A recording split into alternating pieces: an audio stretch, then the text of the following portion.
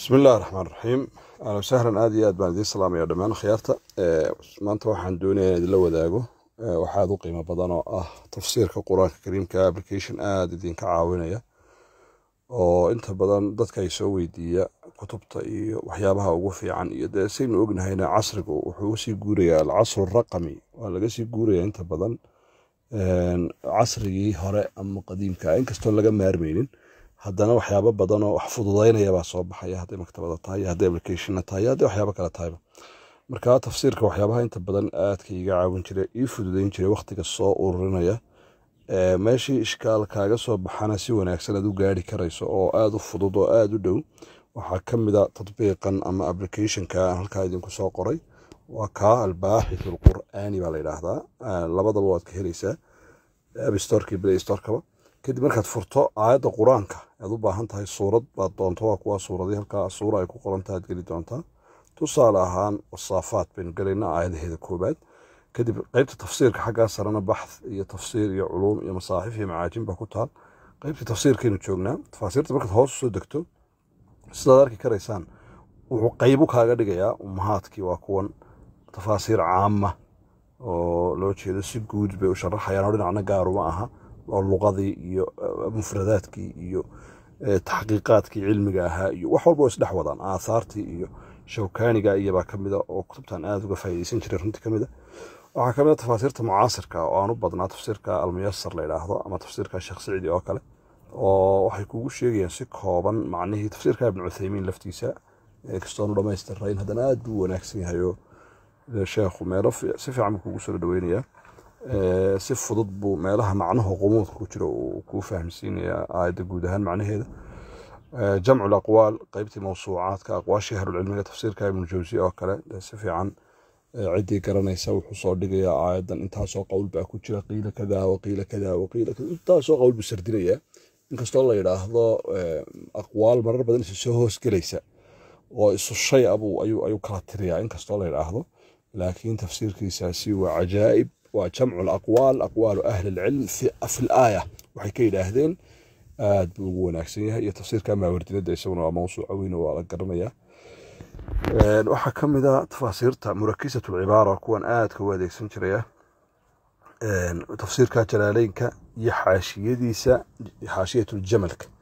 لبضاسي وعجائب ويقف كيس لهلا المركز ساقو هذا وان هيا طبعا عادي وهو لح مجلد مالها سوان هيا haddana dee soo dhaweynta kuu soo dhaweynayaa marbaad aayad u baahanta marka intaad kacayseed rafka kala soo degayseed markaad caadi u mudaalacaynaysa kitaabka xaashidaabaa fiican marka kale aad laakiin meeshii doonaysa inaad yar hubsato uun bal waxaa ku jira tafaasiirtan aad adeegsanaysaa adwaa ulbayaan ukhraa wuxuu leeyahay waa kutub kale sida adwaa ulbayaan meelo gaara bay taabanayaan nadmu durarka biqaaci oo kale منتقى شيخ ابن تيمية ابن قيم رحمة الله عليهم كواسبو ما لمركا كسوق عدنا تفاسير علماء ضاس أي وحكة المامين يقلفتوا مرة ما يستنوا لك هو منتقاءات أما وحيابا ما لقى صوت دورته ما لها إشكال هذا كجيران وكله سيدو كله وحكم إذا تفاسير اللغة والبلاغة صار كيسان تحرير التنوير محرر ابن الوجيز محرر الوجيز ابن عطية تفسير عجيب كأها المهم marka qaybta saasan ka baxayna marka aayadii marka dul taagan tahay wasaafaat safan maxaad rabtaa inaad ogaato ma murakisa ala al-ibara doonaysa inaad ogaato tafsiir jalalaynka waka taasoo kugu fasiraya suuratu saafaat makiya aayadkeedu waa sida as-saafaat safan macnaheedu waa al-malaa'ikatu tasufu nufuusaha saasaad marka weegaysa haddaad doonto ka noqonayso ood rabto inaad ogaato bal waxa laga yiri luqadeeda iyo bal مثلا ibn Atiya tafsiirkiisi waa ka qayb isugu xirayaa saasoo kugu fasirayaa isaguna uu kala dhigdhigayaa dib baad uga noqonaysaa marka aad doonayso inaad ogaato meelo kale مثلا siyaabo kale aad u ogaato tabarigi oo kale saasaad u galaysaa wixii ku jiray oo dhan si fiican buu kugu soo dhigayaa qaybtaas waa qaybtii tafsiirka weeyaan oo qaybihiisii oo dhan leh qaybtuna waa qism al-ulum i'raabkii jadaawishii yani waxyaabo fara badan oo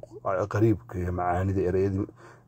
qariibka sharaxaya si fiican u faahfaahinayay waxaa laga yaabaa kutubta kale inay asaafaati safan ku yidhahdaan waa malaa'igta safanaysa laakiin qaraa'ibkani waxay sheegayaan maalan ereyga laftigiisa waxaa ka yimid asal ahaan halku salka ku lahaa sidaasay usoo faahfaahinayaan way dhigdhigayaan dee waa mutakhasis waxay gaar u yihiin alfaada iyo dhigdhigeeda qismu al-icraab waa kuwan iyo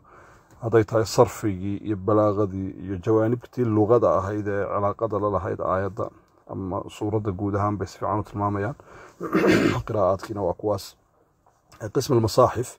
haddaad doonayso bal masxafkii iyo masaaxiftii waxay kala duwan yihiin baad halkaana ka eegi doontaa macaajimtii luqada marka qaybtani waxay tilmaamaysaa iyadu kelmaduun baa lagu qoraa maalan almasad fii jiidiha xablu min masad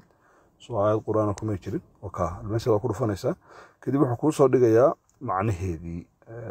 ereygaasi wuxuu lahaa iyo